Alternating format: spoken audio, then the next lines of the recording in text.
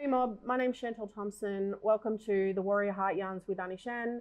I would like to begin by acknowledging the Gadigal people of the Eora Nation and pay my respects to their elders, both past and present, and thank them for their continuing custodianship of country, culture, community, and our Murubba and our children, because without them, I wouldn't be sitting here who I am today, but also without our elders, their continuing resilience, their fight, we wouldn't have what we have today. And I know that that's my responsibility to introduce that and be that for the next generation. And with that, I'd also like to acknowledge all countries and cultures across what we now call Australia, and thank and acknowledge all of our elders, both past, present, and emerging, because our children are our future. And just want to say thank you to Sam for being here, for coming to have a yarn with me. Very upfront, this is the first kind of guest interview.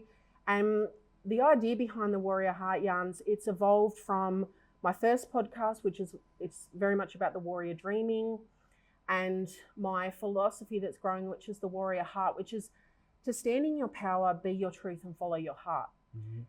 And most people would go, but why a warrior? Because if you're not involved in martial arts, or you haven't had to fight for yourself or your life or the things that are important to you, the warrior can seem very much about the violence and the fighting. Mm-hmm. But to me, being a warrior is that old school martial arts, like wisdom of knowing when to fight, that humility, that discipline, that respect, that fighting for principles and showing up and protocols. But we live in a world that was not designed to see people like me and you thrive. And if anything, it was designed to see us play small, or to morph into something that was conditioned over here to become a part of an homogenous culture, to just assimilate. So the fact that it takes courage to come from your heart, but it takes a warrior spirit to be able to live that truth into the world. And the reason I go with heart is because when it bypasses ego and it bypasses our trauma, the heart only speaks the truth. But it takes warrior heart, spirit, and courage to be able to live that, or figure out how to walk with that in the world. So with laying that, and I think the reason Warrior Heart Yarns with Anishan is because in our culture, you got them aunties that you go to, and you got the aunties that you go to for that little bit of love and nurturing when your life's beating you up a bit, and they just become like that kangaroo skin cloak that just wraps around you and nurtures you. But then when you're ready, they also give you that life advice that you need. Or in the case of some of my aunties, they give you that smack up the back of the head and go, oi, listen here. Because as one of the aunties says, you got 2 ears and 1 mouth for a reason, because you should listen more than you speak. Totally. And that's what it is. It's like sometimes you just need that truth telling, that tough love to call you out of the funk, call you out on your own bullshit and go, right, what can I do to be a part of that? And that's what I wanted to do, is just have truth telling, hard yarns, talk about what's going on, but bring people on who are living from the heart, who have been through some stuff, have alchemized that stuff into wisdom or life experience, and then they're self-realizing their potential, and then amplifying that through impact and effort into the world. So introduce yourself, like what's a bit of your story and mad. Thanks for creating the space for us to share and connect. So for anyone listening, my name's Sam Johnson. I'm a proud Jarrah man and have cultural connections to the Yuin Nation down in Eden in the south coast of New South Wales. Grown up here in Gadigal country in a strong, staunch Aboriginal community called Glebe. Very much so. I guess for me, we've connected over the last 12 months largely through the stuff I do with impact policy. So I manage a social policy consultancy firm where we do a lot of stuff around community engagement, co-design, communications, producing stuff like this. And research and evaluation, but we try and embed an Aboriginal perspective in everything we do, because we know that it brings everything that you've talked to already. It just brings strength to how we look at the world and how we solve problems. So that's sort of what we do here. I think when you talk about the warrior heart stuff, that warrior stuff resonates with me. We both have a connection to Jiu-Jitsu, and for me, when I think about the warrior, I think about survival. And it's something that we've had to do in our communities and our families, very much so, and that's what our culture has done for the last 230 years as well, and continues to survive and thrive. And so, it's just privileged to sort of get the opportunity to connect with you and be here. No, thank you. And I love what you've talked about, because for a lot of people that would be overwhelming. Like the parenting, the jiu-jitsu, the business, the impact, the First Nations perspective. But to have, that's normal. That's just what we do. And I think being able to weave all of that together and be able to show up and literally deliver in all of those areas is it's just what we do. It's our norm. With what's happening in the world, like with Cassius Turvey's murder, and I've forgotten her name, Wallum, the young Diamonds Aboriginal woman who played in the Diamonds. Donnell, yeah. Yeah, Donnell. She called out, she called out Gina Reinhart. She called out the fact that I'm not supporting and wearing someone who said that they want to poison water holes. And you just see this backlash coming at her, like all this white fragility stuff coming up and saying athletes need to know their place. Yeah. Athletes shouldn't be talking. And then all this, almost making Gina Reinhart look like she's an angel for all this money she's invested back. Look, she invested 15 million. Man, her profit came off of raping and pillaging the land that was stolen. Her profit last year was 7.3 billion. Yeah. And people are like, oh, she needs to distance herself from her father's words. The thing is, she's never distanced herself. So in some shape or form, she agrees with them. Yeah, totally. And the thing is that it was nothing for her to take $15 million from a sport that would have meant everything too. Yeah. But then Donnell went on to have the performance of, she won her last goal in seconds against England in her first performance, won the whole thing, the whole comp for that match for Australia. Yeah. And then a week later, Cassius Turvey is murdered while walking home, and the senior police commissioner turns around and says, oh, it was wrong place, wrong time, or mistaken identity. Yeah. That gives racism permission to exist. Totally. It's a justification. And then we're expected to show up and deliver on work. 100%. Talk to our kids. We've both got sons. Yeah, that's it. We've got daughters. Yeah. How do I go and talk to my kid and say, hey, son, you've got to be a bit more vigilant because this could happen here? Totally. So with what can you tell us a little bit about your backstory? Like, how did you become seen? Yeah. Look, it's even, before I talk to that, just off the back of that Cassius stuff, I think that's one of the things as well for a lot of Aboriginal businesses that are connected to community and families, is we have an active role to show up in times like that. I didn't post publicly about any of that sort of stuff, but on the day of the vigils in Sydney, I shut down impact policy for the day, and I was at one of the food security services in Marrickville, that's mob run, and spent the day there packing and preparing stuff in preparation for the vigil. That's the reality. If you're an Aboriginal-owned person and business, Aboriginal-owned business that's connected to community, that's some of the realities of what we're juggling, and that just comes with the territory. If you're solid, and that's how the reality looked. And navigating them conversations with my son, some of the hardest things. The world experiences me very differently because of the privilege I walk with outside of my community. Yeah. And I'm very conscious of that. And the world reads him very differently, and try to navigate those conversations with him were some of the hardest I've ever tried to think of. And your fella's only little too, so you got to try and, but we shouldn't have to have these conversations with our kids. Yeah, totally. But like you said, that's the reality. We have this obligation to show up to the community and be of service. But business is one of our chosen pathways towards self-determination and sovereignty. Yeah. And almost 80% of Aboriginal businesses are started because people have a social impact or change that they want to see. Yeah. We were able to put our money where our mouth is, our time where our mouth is. And because of what has happened to Cassius and the legacy that's going to leave and the ripple effect as a parent, as a change maker, as an activist in this country, and the conversations that it sparked, that's what what was happening in our time when we were young as well. And the fact that this is, I'm almost 40, and this has happened in 2022. This isn't a 1960s, 1940s thing. Totally. And you've got all the young fella that was run over by the thing in WA, and I apologise, I can't remember his name, but that's the thing. And off of the back of that, in that same couple of weeks, was the Four Corners report on the murdered and missing Indigenous women. Yeah. And the fact that there's over 300 women in the last 30 years that have either been murdered or missing in suspicious circumstances, and we haven't heard anything about it. We didn't hear about Cassius until he'd passed. Totally. We didn't even hear about what had happened to him until he passed. Totally. And that's why these types of yarns matter, is because his name needs to be spoken. Totally. We need to be having these yarns about it, because they're not going to go away.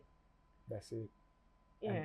And there's and we know that there's a bias in media reporting Yes. and misrepresentation of those cases. You know, we published some stuff in Missing Persons Week around some research that we came across with a young person who'd done a deep dive into that sort of stuff, and just that complete lack of representation of the validity Yep. of our people's lives when it comes to, you know, when we're missing or our lives are being taken. Yep. And, you know, all the research accounts for controlling for all these factors, that the only other condition could be that one of those cases is Aboriginal and the other is non-Aboriginal. Yep.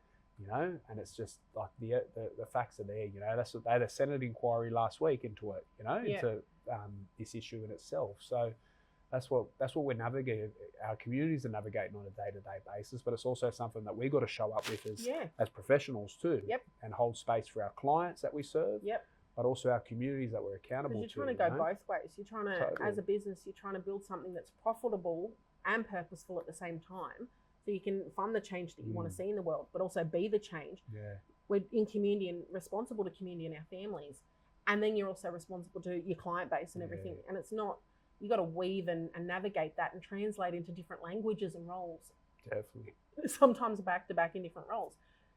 How did you end up here? Like, what's your backstory? Like, what led you to be here? Yeah, look, you know, I grew up in Glebe, like I said, very staunch, strong community.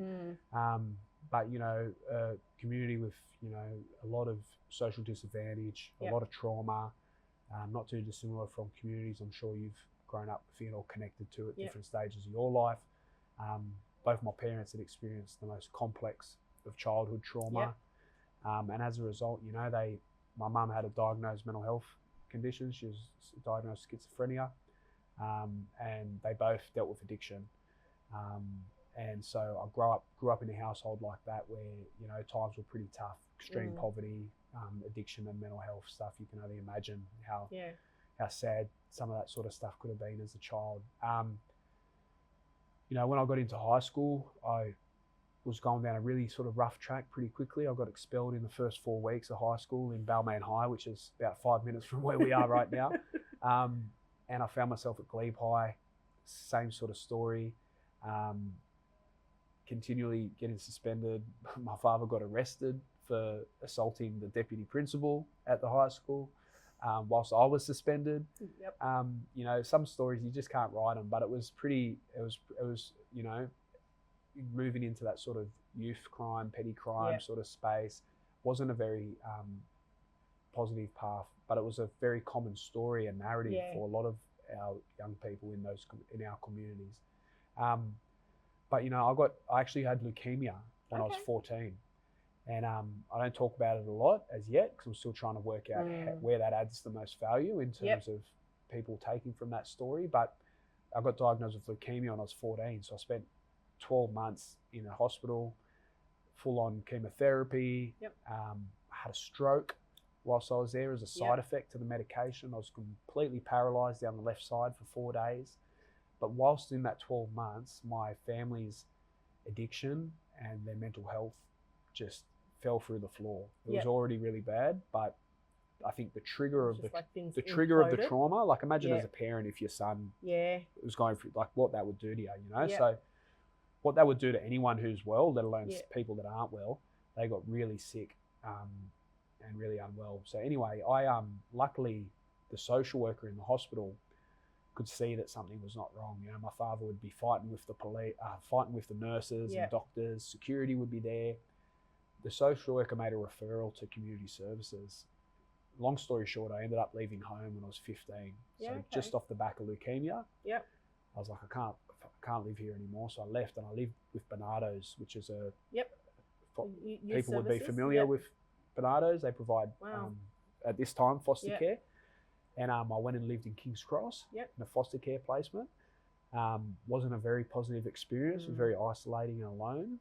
And King's Cross is probably the worst place you could put a young person that's dealing with that sort of stuff at that age. That was what, the 90s? Early 2000s. Yeah, early 2000s. Yeah, early 2000s. You know, I'd be seeing people shooting up in the street, and girls that I went to high school with in Glebe were selling drugs at the train station at King's Cross. It was like really messed up. I stayed there for a little bit, and then luckily I had a really good caseworker who got me a place in, say in Barnardo's, but it was a temporary accommodation program. So I actually had my own unit. Yeah. Cool. So I finished my HSC in that unit by myself, and you know, that was a massive journey to be able to navigate and get through that by myself and get there. The journey I went on in that final sort of 6 months of my school sort of career was really like, you know, I always mucked around in school, but having cancer made me at least still want to stay at school. I think coming off the back, cancer was a very big thing for me in terms of thinking about, like, at such a young age, like, what is my purpose? What's all this about? So I think if I hadn't got cancer, I probably would have dropped out, and who knows where I'd be. But that sort of gave me the, you know, it was the spark that kept me connected. Still messed up a lot. It's an awakening, because the thing is, you're not going to awaken and then immediately morph into, you've got to shed those things, those behaviours, those habits that you've created. Totally. So you graduate year 12 under those conditions and going through that. What was it that allowed, like, I mean, the cancer kind of thing, but what was it that allowed you to show up for yourself in order to still go through all of that and still continue on with something that people would have forgiven you for not being able to finish? Yeah, totally. Look, I think one of the things that really gave me a spark to show up was that my father moved down to the block in Redfern with my sister. My sister's 10 years younger than me. So at this time of our lives, she was 7. I was 17. And my sister was removed by DCJ, Docs, Facts, whatever you want to call them in New South Wales, but Family Services came and took my sister away, banged down the door on a Friday night and took her away, and she never came home. You know, that was her story. And so for me, that sort of happened. She was 7, so I was 17, so I was in year 10, and so in year 11 and 12 was this whole sort of period of my sister being taken into the system. And so when I got to the stage where I sat alone in my room in the house, and I'd failed everything I'd done my trial HSC and I failed every exam. And I went back home and I sat in my room, and I remember it was clear as day. I just was like, if I ever want anything different in my life for myself and for my sister, I know I might not have the answer, but I know that education is going to be one of the most powerful tools to try and get out of this world that I've been given. And I swear to you, Shan, no lie, the next day I got up and I went to Sydney Uni, to the library. I'd never walked into a uni in my life. Walked into the library. If you've ever been to a uni library as a kid, like, the quietness is very unnerving. And but for me it was really I think as a trauma thing, it was really calming. And I went to the library every day after school since I failed those exams, and then I became like a man. I retaught myself, learned all the subjects. Then STUVAC came. It was an 6-week block before the final HSC. I went to Fisher Library in Sydney from 9 a.m. to 9 p.m. Put yourself in a fight camp. I put myself in a fucking fight camp. And I went into the exams. I scored the highest in the year for the HSC for legal studies. The lowest mark I got was like 76 for business studies. And I went from someone who would, like, you know, maybe 8 weeks, 12 weeks before that was failing, to graduating with an ATAR of 78, which meant I could get into uni. So it was a crazy, but that warrior heart stuff came with that kinship connection. Because it became more than you. It became about that connection to your sister going, I don't want this to be our story. You didn't have the answer. You certainly didn't have the blueprint. 100%. Do you feel like you were guided to step into that library that day? Do you feel like the ancestors or something was there saying, this is where you need to be? I don't know what it was, but something sat with me and told me that if anything is going to happen, it has to happen now. And it's on you. There was nothing else. And it was just like, I don't know how I found I'd never been to Fisher Library at Sydney University before. And I just found myself there that day, and that was it. So I've been learning a bit about Māori culture and mana and wayfinding and like navigating by the stars and stuff like that. And I've just done a program called IndigiX, which is a It's an Indigenous exchange program for change makers and professionals, New Zealand, Australia, and Canada. And I got to sit with Indigenous change makers and thought leaders and stuff like that. And very fortunate to sit with some Māori brothers and sisters. And they brought in the Navigating by the Stars. And we ended up calling ourselves the Dream Walkers. Yeah. And then it evolved into this dream walking to dream weaving. And it was like, but navigating by the stars. And the thing is about Aboriginal astronomy is that we see as much the shapes between the stars in the darkness as we do the stars itself. But the thing is, my very limited understanding and primitive understanding of wayfinding is that when the wayfinders would go out, the navigators would go out, they would call the island to them. They would follow the stars. They would know where they are from where they'd been. And I think like you call things to you, or when you're on your path and you're accepting and you're listening, you just find things fall into place, and you can't explain it. So you've gone through all that. You've been able to achieve against all the odds, and you had a bigger purpose that was bigger than you. You were supported with the resources you needed. How did you get from there to then to Jiu-Jitsu, to university, to starting a business? Yeah, totally. Well, you know, you'd like to think that like achieving what you'd achieved meant that you could sort of go off into the sunset and life would be good. That's your hardships are done. Totally. You paid your dues. Yeah, that's it. But like only this week, New South Wales has extended the age of support for kids in out-of-home care from 18 to 21 in line with the rest of the country. So when I turned 18, I was out. Yep. See you later. There was nowhere to go. So they stretched the rules at Bernardo's because I'd repeated because I was sick. Yep. I was 19 when I graduated. Yep. So they stretched it till I finished my HSC, but after that I was gone. So I was homeless again. So right after year 12. So you've just achieved something like phenomenal against all the odds, and then it's like, fuck off now, like we're done, like now it's on you. There was no support to transition into. What does life beyond school look like? What does it mean to support myself? Like no transition period. There was support around trying to support an exit strategy and a plan, but it just all fell apart. Okay. And there was no services or support that had any beds. And I just found myself homeless again, couch surfed. And I had this real stubbornness because I'd gone through what I'd gone through to finish year 12. I had this stubbornness about having to prove that I deserved to be at university. Yeah. So I got that place, and everyone would tell me like, oh, Brad, just defer. Like everyone defers, take a gap year. I was like, fuck, where am I going to get a gap year? What's that? Like, or, you know, just defer it till you get your housing sorted and work out what you're going to do. But I said to myself, like, nah, I have to go and I have to prove I can do it, or else what was all this for? Yeah. So when I did my first semester, one of the aunties in Glebe took me in for about 6 months. And that gave me the stability I needed to just finish that first semester, just scraped by. And then I deferred for 12 months while I worked out what I was going to do. Yep. But even within that 12 months, I was straight back into old habits in Glebe. You know, a lot of my friends were getting caught up in youth crime and pressure and stuff like that. And I found myself floating around that sort of stuff again. I had a few massive turning points in my life where I had opportunities to make a really bad decision. Yep. And I made, you call it, you know, people looking over you or whatever, but an opportunity came up the exact same day I was going to make a really bad decision. And an opportunity came up to make a different choice. And I made that different choice. My best friend who made the other choice went down a path that saw his life very much, you know, for years taken away. Dictated by that one choice. Yeah, dictated by that one choice, you know, and the choice I made set me on a trajectory to get to where I've got to today with impact policy. So, you know, I had to learn to do after I went back to uni, I did my degree part-time. Yep. Because the reality for us, we had to live independently. Yes. We had to survive, but I was still committed to getting an education. So my degree happened at night, happened on the side. Yep. Took me twice as long.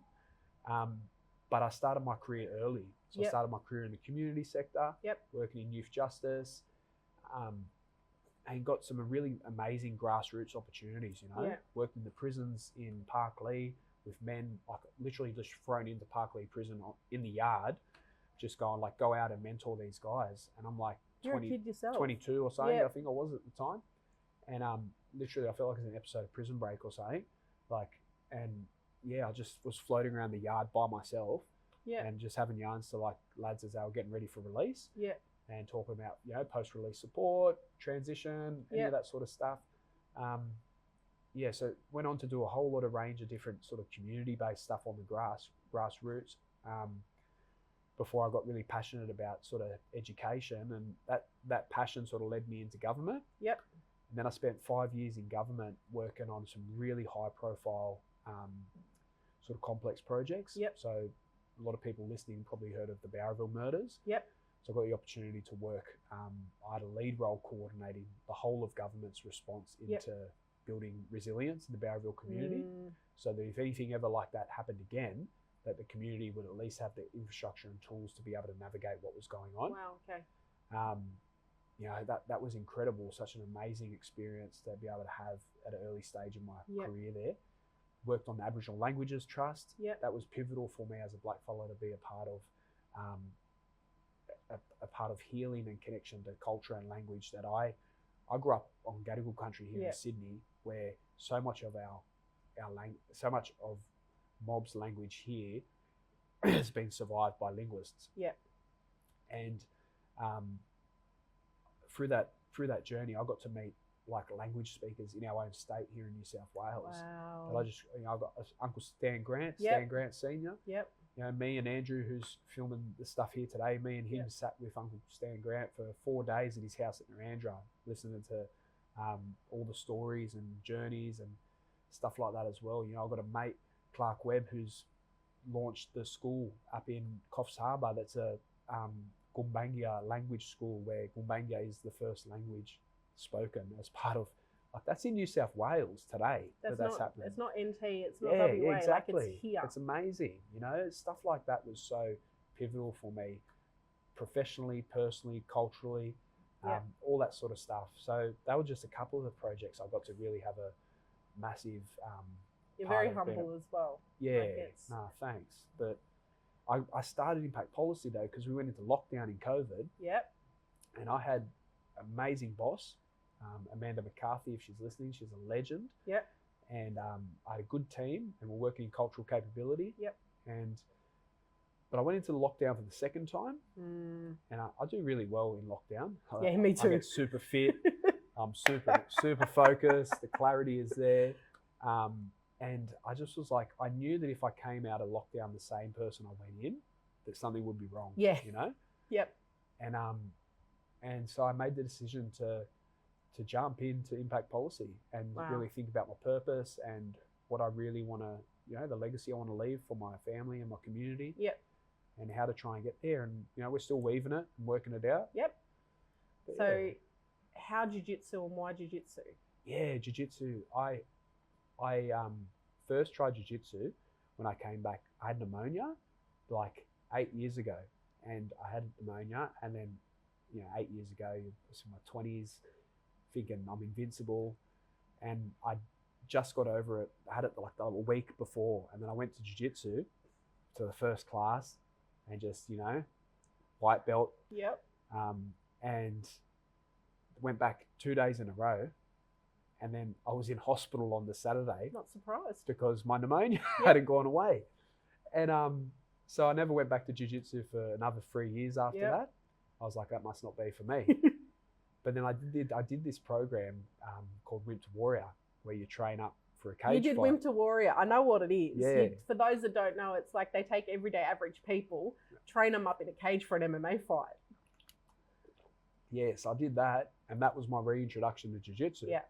So I grew up boxing. I started boxing when I was living in the King's Cross foster home, because I got into a fight there, and I thought I need to learn how to fight quickly. So I went to Woolloomooloo PCYC and started boxing. So I've had amateur boxing fights, grew up doing that, but not necessarily a massive boxing fan really anymore. And I fell in love with Jiu-Jitsu. I fell in love with but what it taught me was, like, I'm not a small guy. And I would do these classes, and I would have like a 60-kilo guy throwing me around, and I'm just this big. It's like, humbling. Yeah, very, very humbling. And it made me really like, it sparked my, you know, like, call it like academic or whatever, but like my thinking. It sparked my thinking and problem solving. I think sparked my problem solving in terms of the actual sport, but also personally, how you approach it. I brought up heaps of stuff in terms of my own trauma. Yep. I experienced bullying in primary school. Yep. And I was a huge kid. And in high school, I never had any issues with that sort of stuff. But it was funny. It did trigger some of that sort of stuff about feeling like you have control over your autonomy and your agency. So it brought up all that, and overcoming that was massive. And then I sort of really started to see the impact of it off the mats. Yep. So I grew up thinking, you know, streets of Sydney, boxing, rough and tough. That's, you know, people that wear gis and karate belts are nerds. That karate stuff wouldn't work on the street. Steven Seagal. Yeah, exactly, right. And then, but once I went on that journey, I started to find something so different, you know, and you know, look, there's still a balance between that street masculinity stuff, and I think UFC brought a bit of credibility with Jiu-Jitsu being so prominent in the success of fighters when they're on the ground. So that sort of helped build the bridge between the balance of there. But for me, it's become a massive part of my life, and it's made me all the better for it. And now your son does it? Yeah, now my son does it, my daughter does it, my partner does it. The partner does it, so it's a whole family affair. So with all of this and like with what we started with and all that sort of stuff, how does those two, like jiu-jitsu and business, like jiu-jitsu, if you're anything like me, like jiu-jitsu, it informs and teaches you things about yourself that you then bring into your business and whatnot. But then what's all this for? Like what's one of your bigger driving purposes that allows you to go to show up to all this and try and figure it out? Like we were just talking before about comms and marketing and all this, and the fact that trying to find people who understand all the parts of it, but then can help you like strategize and figure out the different elements for each one individually, but then how it weaves together. Totally. For you, what does that look like? For me, it's been a big balance with trying to stay grounded with why I started Impact Policy. Yep. And for me, a big part of why personally was that I wanted to be able to have a lifestyle where I was really present with my children. Yes. Because this is such a small period of our lives that we'll never get back. So I wanted to run a business that could work with my lifestyle as a parent and the responsibilities that we have. And it's hard not to get, there's so much appetite and need for Aboriginal businesses and Aboriginal knowledge and skills in our sectors. And so, you know, there's been a lot of goodwill and support for Impact Policy this past 12 months. And it's been really hard to not get carried away with the opportunities to grow and the opportunities to just take things that are coming our way, to really just try and stay grounded with like, what does success look like right now? Yep. How do we go slow and build the real foundations for long-term success? Yep. And not lose sight of what is the most pivotal thing. You know, we talk about the 80-20 sort of principles and stuff like that, but what are the most pivotal things for success for the business, for ourselves personally, and for our communities too. So that's what I sort of always try and come back to. And I've had pockets through the year where I've done that really well, and pockets where I haven't. You know, of course, it's new. That's it. So with the whole like legacy piece, what's something that you've learnt, or in this, what do you see as being? Because I think legacy for me is different now. It's not just about the legacy that I leave behind when I take my last breath. It's what is the legacy of the moment. Like when I exit and I come into this, like, and I lived on Wurundjeri country for 7 years, and their word is Wominjeka, and a lot of people assume that it just means welcome, or it's very surface level, but our languages are not like that. They're much more complex and nuanced. Wominjeka means to come with purpose. So even in jiu-jitsu, it's like, if you're a parent, it's like, what's my purpose for being here tonight? Because you've got to sacrifice time away from the family or whatever it is. What does legacy look like for you in the day-to-day versus like the longer term for what you have now? And what's one kind of piece of advice or thing that you've been given that has served you on your journey? Yeah, I think one of my biggest piece of advice for anyone listening is, I think I'm really passionate about like values-based leadership. Yep.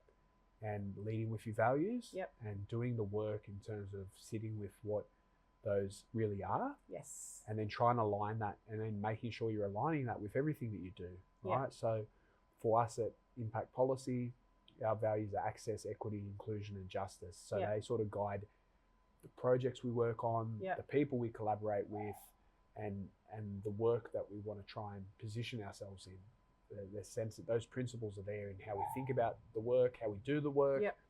and all that. In terms of legacy in our communities, for us, it's the same sort of thing. You know, Yeah. we started with, we call it Spark Impact. Yeah, okay. And it's about, you know, this year we reinvested funding into community-based programs Yep. based on those same principles. So Jiu-Jitsu in Redfern, Yep.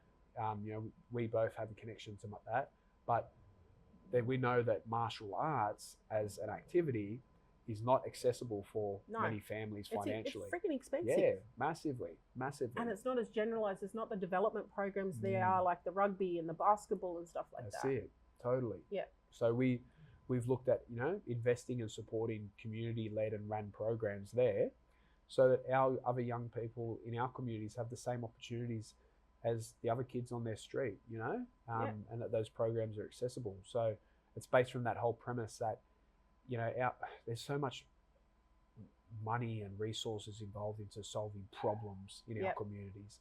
But for me, I'm really of that school of thought that if you start with those principles around access, equity, inclusion, and justice with our people, Yep. and you give us the same the same playing field as the kids sitting next to us, Yep. that our kids, you know, 9 times out of 10 will succeed or over succeed people's expectations, you know. And it's then if you start with those pillars, and if then you still are seeing that there's barriers and problems and challenges, then it's when maybe you've got to start doing the deeper work around, you know, maybe complex trauma or systemic, Yep. you know, gaps and disadvantage and stuff like that. But for me, I just want to see you know, my dream one day with impact policy is that, you know, we have PCYCs in New South Wales, but aside from PCYC, there's no other real community recreation centre where Yep. families, that are family centred, where families can come together, where they can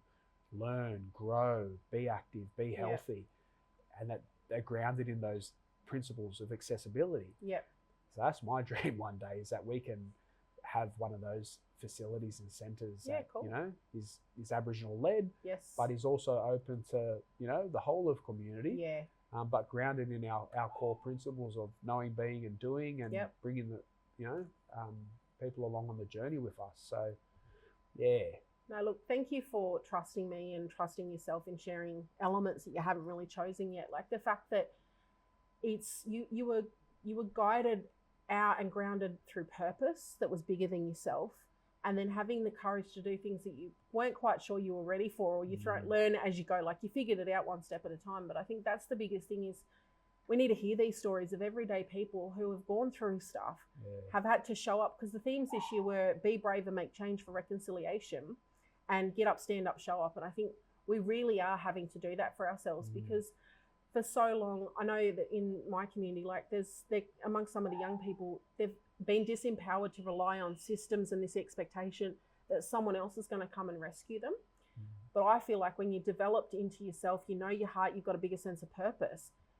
If we can start with our young ones, you nurture them, they might not need rescuing, or they're a part of their own self-determination and sovereignty as individuals that then become a part of a collective of healthy, thriving, managing our trauma and our triggers. Because like you said, it's a practice. Totally. So thank you for these yarns, and just thank you for sharing your story, because I'm really excited in 5 years' time to come back and have another yarn and see where you're at, like where your jiu-jitsu's at, baby boy and the girls at, the whole family's at with jiu-jitsu, but also where social impact has gone, and going, in order for that to happen, you had to start with yourself.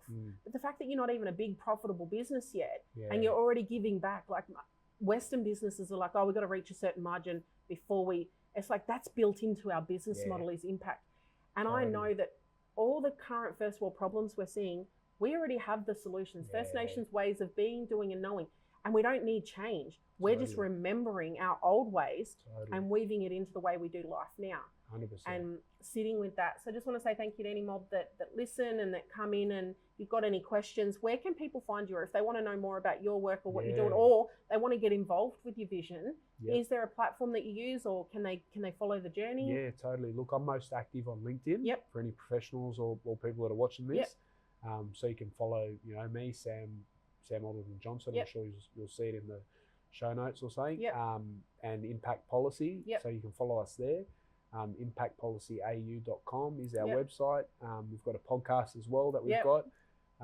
We've got a newsletter you can subscribe Yeah, to, blogs that come out monthly. So there's a whole range of different comms sort of ways you can connect with us and Yeah, be cool. a part of the So journey. we'll put all that in the show notes and stuff. But yeah, just want to say thank you for the yarns and stuff like that.